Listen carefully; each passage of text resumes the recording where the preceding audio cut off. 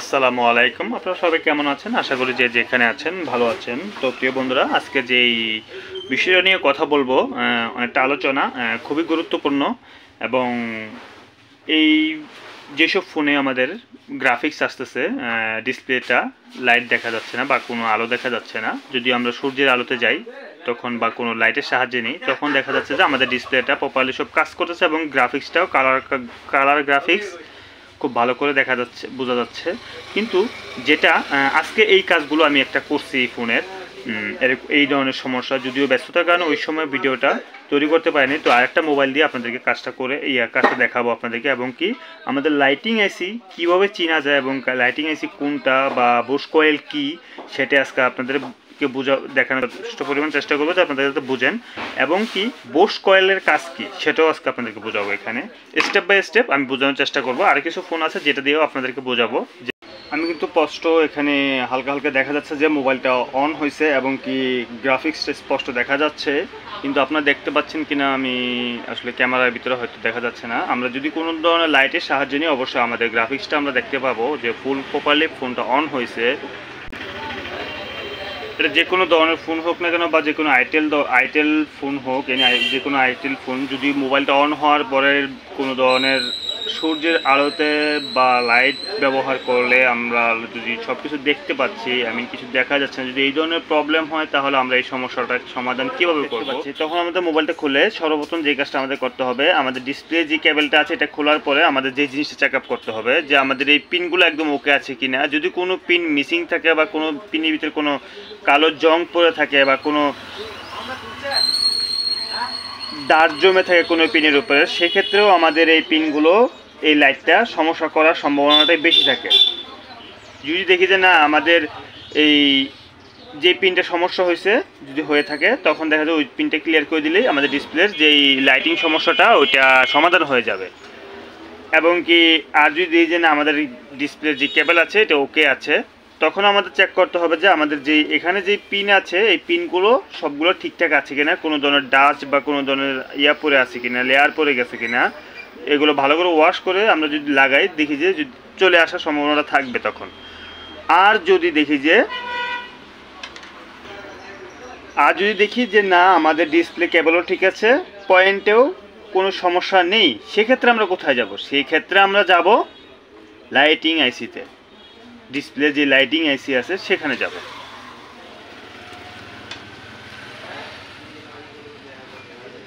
বন্ধুরা, আমরা যদি এদিক করি, আমাদের সর্বপ্রথম খুঁজে বের করতে হবে যে আমাদের লাইটিং আইসিগুলো কোথায় আছে।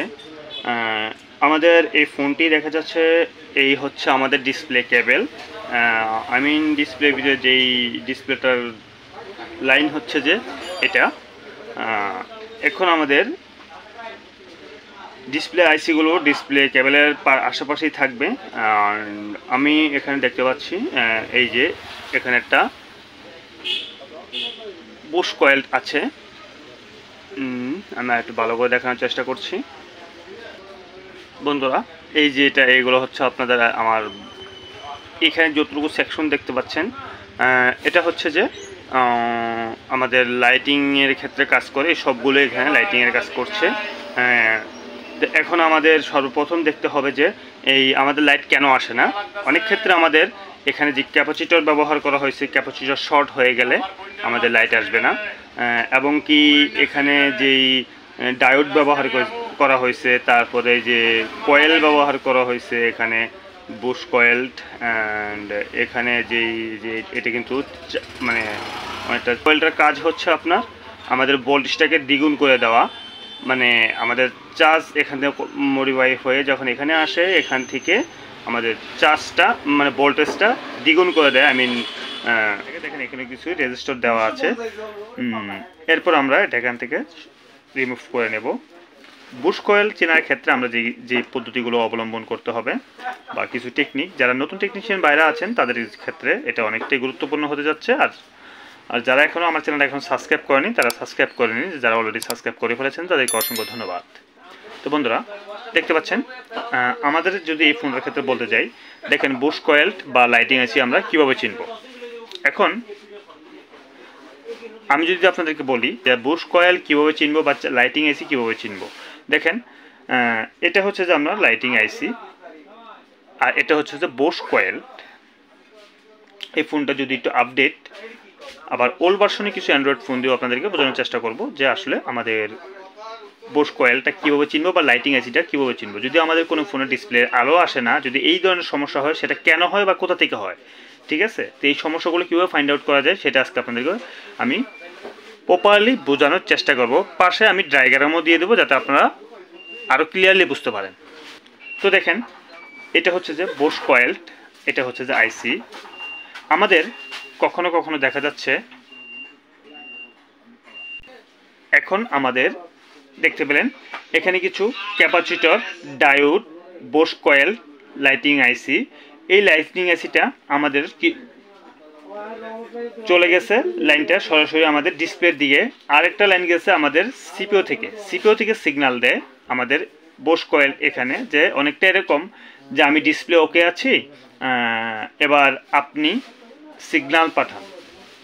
এটার মানে হচ্ছে যে ডিসপ্লেটা প্রপারলি কাজ করতেছে। এবার সিপিও থেকে যখন সিগন্যাল দিবে এখানে লাইটিং আইসির ভিতরে, আপনার এই আইসিগুলোর ভিতরে যখন সিগন্যাল দিবে, তখন দেখা যাচ্ছে এখান থেকে আমরা আপনাদের ডিসপ্লের ভিতরে আমরা আলো দেখতে পাবো। কথা বুঝতে পারছেন? এখানে capacitor, resistor, diode, Bose coil ব্যবহার করা হয়েছে। এখন এইগুলো একটা ফোন, আরও কাজ আছে, আপনাদেরকে একটু ধৈর্য ধরতে হবে। দেখেন, এই যে একটা সার্কিট, এটার ক্ষেত্রে আপনারা দেখতে পাচ্ছেন এটা 6 পিনের, এটা 6 পিনের আইসি, এবং এটা হচ্ছে বোস কয়েল। এই যে capacitor, diode, resistor, diode, capacitor, IC এবং বোস কয়েল। এটা মূলত এটা অনেকটা চার্জার আইসি, চার্জিংয়ের কাজ করে, মানে চার্জ ভোল্টেজ কাজ করে। এখান থেকে ও এই বোস কয়েলটা চার্জ পাঠায়, তখন সে এটাকে দ্বিগুণ করে ভোল্টেজটাকে।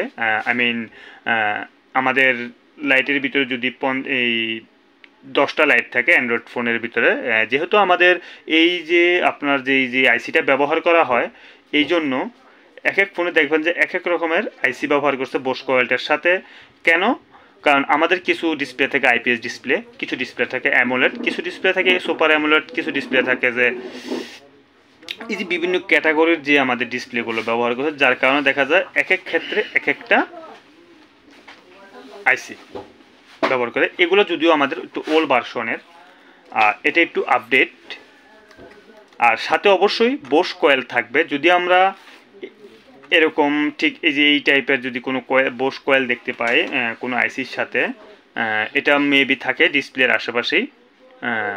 এই যে এটা এরকম বোস কয়েল যদি আমরা দেখতে থাকে, তাহলে ভাবতে হবে যে এটা লাইটিংয়ের ক্ষেত্রে ব্যবহার করা হয়েছে ডিসপ্লের। এরপর যদি আমি এই সার্কিটটা দেখাতে যাই, দেখেন আজকে যে ফোনটা আমি কাজ করছি, এই যে আজকে যে ফোনটা কাজ করছি, এখানে একটা বোস কয়েল ছিল, আমি এটা উঠে অন্য একটা ফোন থেকে নিয়ে করছি। আর এই যে এটা হচ্ছে আইসি, এখানে ছিল বোস কয়েলটা, এটা হচ্ছে আপনার রেজিস্টর এবং সরি এটা হচ্ছে ডায়োড। তারপর আচ্ছা, এবার আমরা আসেন আমরা এই সমস্যাগুলো ফাইন্ড আউট কীভাবে করব। আচ্ছা, যে আমাদের কোনটা সমস্যা, এখন আসেন সেই আলোচনায় আসতেছি। আমাদের আছে বা মাল্টিমিটার, যদি অ্যাবোমিটার থাকে তাহলেও আমাদের ডায়োড রেঞ্জে নিতে হবে, এবং কি যদি মাল্টিমিটার থাকে সেক্ষেত্রেও ডায়োড রেঞ্জে নিতে হবে। এখন আসেন ডায়োড রেঞ্জটা কি আমাদের, আমি ব্যবহার করতেছি আপাতত অ্যাবোমিটার। দেখেন এই যে এটা হচ্ছে যে ডায়োড রেঞ্জ, ঠিক বাজাজ মোড বা ডায়োড রেঞ্জও বলে, বাজাজ মোড। হ্যাঁ, তো আমরা এটাকে কনফার্ম করে দেবো। আমাদের এখান থেকে এটা দিলে বিপ দিবে। দেখেন, এবার আসেন মূল আলোচনায় কথা বলছি, মনোযোগ দিয়ে ভিডিওটা দেখুন। আমাদের অনেক সময় দেখা যাচ্ছে যে বিট দিচ্ছে। আচ্ছা, আমাদের যদি কোনো ক্যাপাসিটর এই যে এখানকার যেই আইসিগুলো আছে, যেই বোস কয়েল বা যে লাইটিং সেকশনে যে আইসিগুলো আসে, যে আমাদের আলোটা কেন দেখতে পাই না, এটা এক ক্ষেত্রে হয় যে আমাদের যদি কোনো ক্যাপাসিটর শর্ট হয়ে যায়, এই আশেপাশে থাকা কোনো ক্যাপাসিটর যদি শর্ট হয়ে যায়, সেক্ষেত্রে আমাদের এই সমস্যাটা হবে। তারপর হচ্ছে আপনাদের, আমি এখন কীভাবে মাপবো যে কোন এই ক্যাপাসিটর যদি নষ্ট হয়ে থাকে তাহলে এটা কীভাবে মাপবো? এসে গুড, আমাদের দেখেন এই যে ক্যাপাসিটর, এই যে এগুলো সব ক্যাপাসিটর যেগুলো বাদামি কালারের হয়ে থাকবে সেগুলো হচ্ছে ক্যাপাসিটর। এখন আসেন আমাদের পজিটিভ প্লেনটা গ্রাউন্ডে ধরবো। আচ্ছা, গ্রাউন্ডও ধরতে পারি। আমাদের প্রত্যেকটা আইসি যদি কোনো ক্যাপাসিটর এই যে বোস কয়েল বা এই যে আইসির এই যে লাইটিং যে আইসিটা আছে লাইটের, ঠিক আছে, এই যে এটা হচ্ছে আপনার লাইটের আইসি, আর এটা হচ্ছে বোস কয়েল। এই কয়েলটার কাজটা কি সেটাও আপনাদের ইতিপূর্বে আমি বলে দিছি, ভোল্টেজটাকে দ্বিগুণ করে দেওয়া। যদি একটা লাইট ডিসপ্লের ভিতরে 8টা 10টা লাইট থাকে, সেক্ষেত্রে এক একটা লাইটে যদি 3 ভোল্ট করে লাগে তাহলে হিসাব করে দেখ কত আসতেছে, সেই কাজটাই সে করে যে ভোল্টেজটাকে দ্বিগুণ করে বাড়িয়ে দিচ্ছে। আচ্ছা, যাই হোক, এখন আসেন ক্যাপাসিটরের ক্ষেত্রে যদি আমাদের আশেপাশে থাকে কোনো ক্যাপাসিটর শর্ট হয়ে থাকে, সেক্ষেত্রে আমাদের ডিসপ্লেতে কোনো লাইট দিবে না বা লাইট আসবে না। আচ্ছা,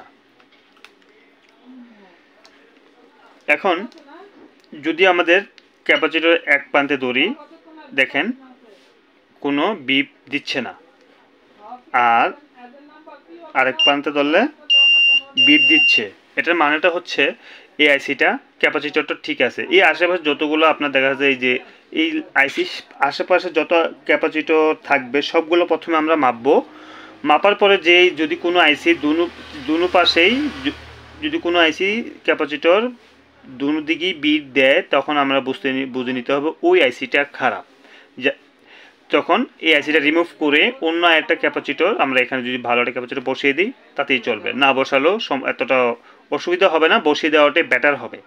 বিকজ আমরা যখন এই দেখেন এটা যখন দিচ্ছি আমাদের এক প্রান্তে বিট দিচ্ছে না, আরেক প্রান্তে যখন ধরছি তখন বিট দিচ্ছে। আচ্ছা, এবার আসেন এখানে যদি দেখি যে না আমাদের কোনো ক্যাপাসিটর শর্ট নেই, সবগুলো প্রপারলি ঠিক আছে, সেক্ষেত্রে আমরা যেই কাজটা করব, আমাদের যে এখানে ডায়োড আছে ওই ছোট ছোট কালো কালো যেই ডায়োডগুলো, অ্যান্ড আমি একটু কাছ থেকে দেখানোর চেষ্টা করছি।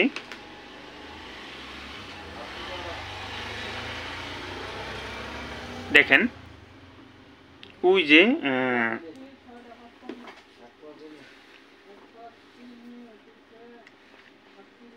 আমি একদম আপনাদেরকে হাতে কলমে কাজগুলো বোঝানোর চেষ্টা করছি স্টেপ বাই স্টেপ। এই যে কালো যেই আইসিটা দেখতে পাচ্ছেন আপনি, মূলত এগুলো হচ্ছে আপনার ডায়োড, আর এই যে বাদামি কালার যেগুলো দেখতে পাচ্ছেন এগুলো হচ্ছে ক্যাপাসিটর। যদি এক পাশে মান দেখাচ্ছে আরেক পাশে মান দেখাচ্ছে না, বিট দিচ্ছে আরেক পাশে বিট দিচ্ছে না, হ্যাঁ, তখন আমরা ভাবতে হবে এই যে এই প্রত্যেকটা ক্যাপাসিটর ঠিক থাকে, তখন আমরা এই ডায়োডগুলোর মান নির্ণয় করব। এখন আসেন মান নির্ণয় করতে গেলে যদি আমাদের প্রত্যেকটা ক্যাপাসিটর ডায়োডের ক্ষেত্রে ঠিক সেম প্রসেস, যদি আমাদের ডায়োড এক পাশে মান দেখায় আরেক পাশে মান দেখাচ্ছে না, সেক্ষেত্রেও এমনটা হবে। আর যদি দুনো পাশে মান দেখায় তো বুঝে নিতে হবে যে ওই ডায়োডটা খারাপ বা নষ্ট, সেক্ষেত্রে আমরা ওই ডায়োডটা রিমুভ করে দিয়ে আমরা কাজটা করে নিতে আর একটা ডায়োড বসাই দিতে পারি।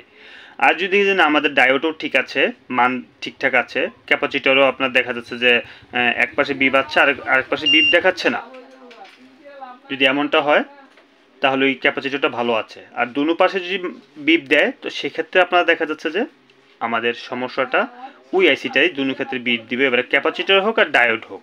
এবার গেল ক্যাপাসিটর আর ডায়োডের সাবজেক্ট। যদি আমাদের দেখি যে ক্যাপাসিটর ডায়োড দুটোটাই ঠিক আছে, সেক্ষেত্রে আমাদের কি হতে পারে। এখন আসেন আমার এক্সপিরিয়েন্সের কথা বলছি। এখানে এই লাইটিংয়ের সমস্যাটা, ডিসপ্লে যে লাইট থাকে বা আমরা যে আলো দেখতে পাই, সেই আলোর সাহায্যে আমাদের ডিসপ্লেটা দেখতে পাই বা গ্রাফিক্সটা দেখতে পাই, সেটা কাজ করে প্রথমেতে আমাদের এই যে সেকশনটা লাইটিংয়ের এই সেকশনটা পুরোটাতে কাজ করে, কিন্তু এখানে কিন্তু সিপিইউ কাজ করে। অনেক ক্ষেত্রে আমাদের সিপিইউ প্রোগ্রামিংয়ের সমস্যার জন্য এরকমটা কিছু হয়, তবে এটা আমি এখনও পর্যন্ত পাই নাই, তবে হতে পারে। 2 নম্বর হচ্ছে যে আমাদের সিপিইউ উঠাই আর রিবোলিং করে আবার নতুন করে লাগালেও এরকমটা হয়, তবে এই সমস্যাগুলো হয় না। আমি যদি আপনাকে সংখ্যা নাম্বারিংয়ে বলতে চাই তাহলে 5% মোবাইলে হতে পারে, কিন্তু 99% এই সমস্যাগুলো হয় না। বেশিরভাগ ক্ষেত্রে আমি যেটা দেখছি এই বোস কয়েলটা সমস্যা হলে এই সমস্যাটা হয়। বোস কয়েলটা যদি সমস্যা হয়, যদি আমি দেখি যে আমাদের বোস কয়েল মেপে যদি দেখি যে দুনো পাশে বিপ দিচ্ছে,